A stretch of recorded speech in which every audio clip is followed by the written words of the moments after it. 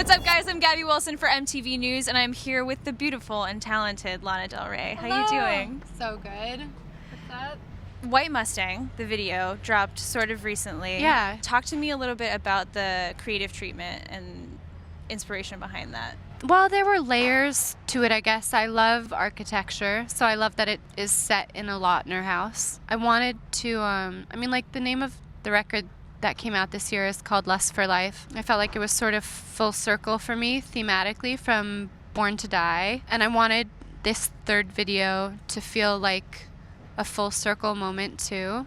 In the end, I do this dance with this guy and I end up pushing him away. So for me, symbolically, that was me taking my power and striking a strong stance, and then the last shot is of me driving away, and in my mind I thought of the line, taking roads less traveled. So now I actually don't know.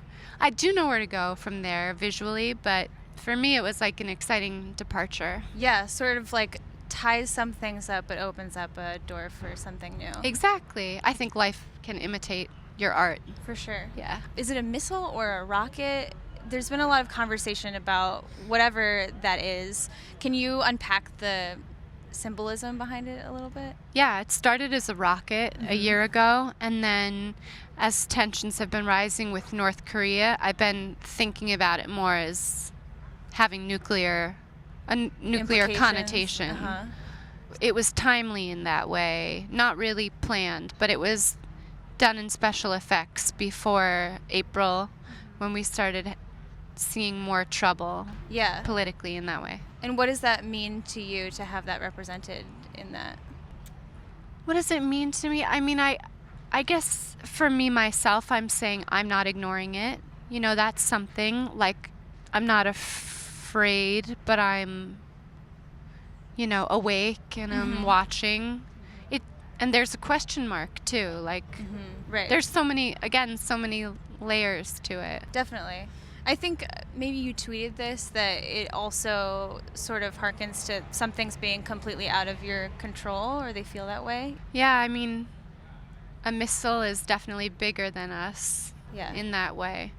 But when I started the promo for my record, I did like this kind of sci-fi B-movie trailer, and I said this little thing where, sometimes I do think that just being at home and thinking about my contribution being, it's a very 60s sentiment, but having good vibrations, good intentions, good personal actions, knowing where I want to go personally and feeling good about that, I feel like that is my contribution to society, and I feel like it has a larger impact. And so it's all kind of coming together for me as the themes are coming together as the record and the visuals are coming out. Yeah.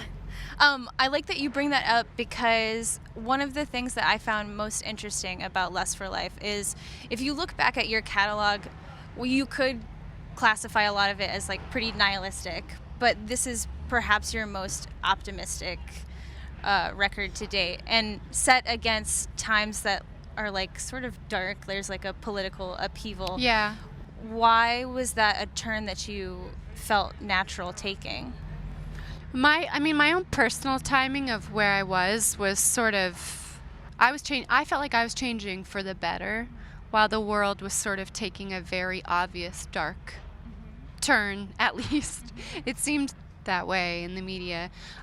So it was an interesting balance of how to, that's why I love the last record I put on the album. It's called Change, and where I say, I'm trying to change while the world is changing, and to be strong enough to be a good woman in my relationships, but also a good citizen of society. It's a lot. I don't know, maybe it's like something that happens after you've done 5 albums. You sort of you're like thinking about your legacy. And more people than just yourself, I guess. Sure. You get to be cathartic through 8 years, and then you start to really have a more bird's eye perspective. Definitely. Yeah. You've brought a really interesting cohort of collabs into this album. There's Yeah. A$AP Rocky, Playboi Carti, The Weeknd, but also Stevie Nicks and also Sean Lennon. Yeah. Why were each of these important people for you to bring into this album? Well, I kind of do records with Rocky off and on throughout the years, and we never really know if we're going to use them, but I guess he was the first person I worked with. I'd had one of those records for like 6 months, and I asked him then we did another one, and I asked him if he thought we should do 2, like keep the 2 on the record, and he said yeah. Back to back. Just a Yeah. whole Rocky Lana moment. Yeah. But then I felt like I couldn't do something with Rocky if I didn't have Abel there from The Weeknd, just because like Abel supported me since 2010. I was struggling so much that year, and then like in 2011 he started posting video games on his Tumblr, and then this really famous radio DJ in London found it on his Tumblr and started playing it on the radio. Wow. So I wanted that it was a very full, I wanted everything to sort of come. Yeah, so he obviously was super excited and really like giving of his time, and then I kind of felt like the first single from the record, it was called Love, and I felt like that sentiment I hoped would be at the heart of the record. So I liked the idea of the Lennon legacy. I feel like the Lennon legacy is love. Definitely. So I called up Sean and I said, like, I hope you don't mind, I name checked your parents in this song. Is it going to be too meta if like you sing with on me? it, yeah. And he's like, I am my dad's biggest fan. There's nothing I'd like better than to be connected to you and connected to him. And so, I mean, obviously that was a real big moment for me. Yeah, for sure. And then same with Stevie Nicks. I called her up because my longtime producer of 7 years, Rick Knowles, he had his first hit producing Stevie Nicks. Wow. So he had her number, and he called her up, and he was like, Lana wants, one strong woman on the record. We really want it to be you.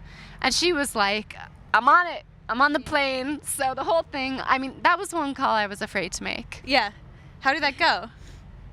She I mean, could obviously, not have she been ended nicer. up on the album, but She could not have been nicer, actually.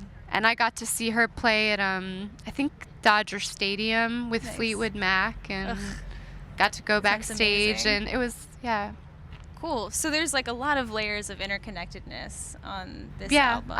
I felt like there were. That's great. Yeah. Well, a huge part of your art, obviously, is the visuals. What song are you going to make a video for next? Well, at the end of White Mustang, I had 10 seconds of a song called Get Free on the record, which has a line about wanting to stop being caught up in a dance that you don't want to be caught up in. So I don't know. I feel like either maybe Get Free, or I have a pretty cute song called Cherry. By the way, I'm so lucky to have my dancers. They were in my Lust for Life video, and they have like a big part on stage for my Cherry song. So I'd like to have them incorporate yeah, that in like that. just do something a little lighter maybe. Cool. What is your process for coming up with video creative? Well, I usually have a overarching theme. Like for this record, I felt like there was a little bit of a futuristic touch visually, and also I wanted it to sort of, like in Born to Die, every video the guy is killing me. So I wanted to have a moment where I just had some space to be Make away your from the guy. choices Yeah, and, exactly.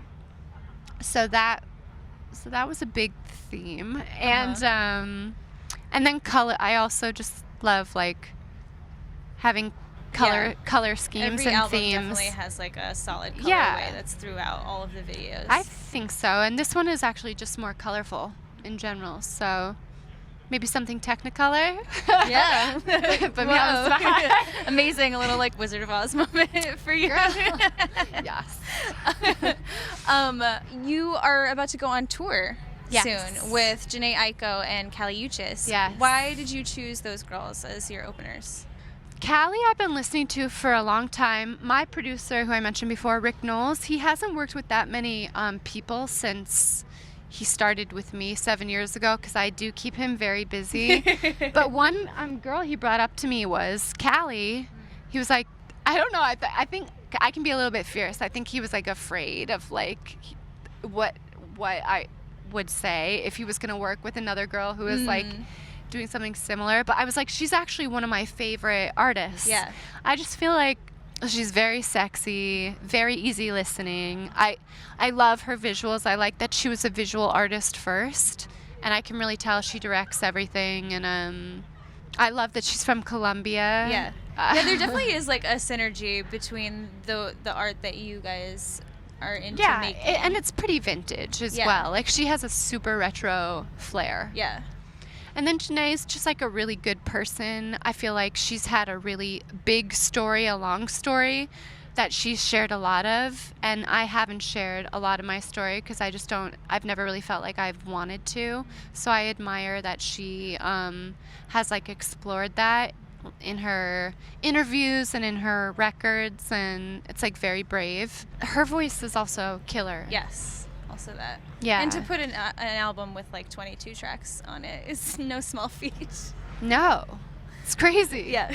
She didn't even tell me that she was doing that. She just said yes to the tour. Wow. And then she just dropped the record. I was like, oh my God. Do you need like an hour time for that? Amazing. Yeah. Well, what can Lana Del Rey fans expect from this tour? From this tour, I'm trying, right now I'm working on creating a stage that has a mix of like a lot of, incorporates a lot of senses. I love being at the beach. That's my most meditative place. So I'm kind of trying to incorporate a lot of like beachy projections and seagrass and Monterey cypress, and but also have like beautiful structures that move in and out of the stage to kind of give it a classic feeling. Yeah. So you're having like living plants? Well, the ones on stage tonight were alive. We are trying to get very lightweight fake ones. Got it. Yeah, I imagine that's going to be like difficult to maintain for a couple months on tour. Yeah, unless you want to water them, Pete. Well, good luck with that. Yeah, thank you. One thing before I let you go, there's been a lot of conversation this past week about an old song of yours, Cola, potentially having been about Harvey Weinstein. Yeah. Is there any truth to that? Well, when I wrote that song, I suppose I had like a Harvey Weinstein, Harry Winston type of character in mind. I envisioned like a benevolent kind of like diamond bestowing upon starlets visual. Like a Gatsby. Something, or like a Citizen Kane or something. I'm not really sure. But I thought it was funny at the time, and I obviously find it really sad now, and I support the women who have come forward, and I think they're really brave for doing that. So, yeah, I don't think it's a song I'll be... Not intentional, but... I mean... It has truth because that's something that happens. I guess so. I mean, it was in the ether, I suppose. But yeah, obviously I don't feel comfortable with it now. I thought of that right away. So, yeah, it's... You're going to retire it from the catalog, I think that... Yeah. Yes, I would say definitely. Yeah. I mean, yeah, what else can you do, right? That would be the only right thing to do. Yeah. Anything else coming up for you that we haven't touched on yet? Well, I'm going to do part of the tour is I'm going to do a bunch of shows in South America, which I'm very excited for, and Europe as well. And you're going to come to Brazil? Is that going to Brazil? Going to Brazil, as the internet says. Yeah, I know. Very broad statement, right? But whatever. Yeah, and I'm always working on new music and looking forward to still, exploring how these visuals are gonna, again, like change my life and have my life change my new music. Yeah. Amazing. Cool. Thank you. Yeah, thank you so much.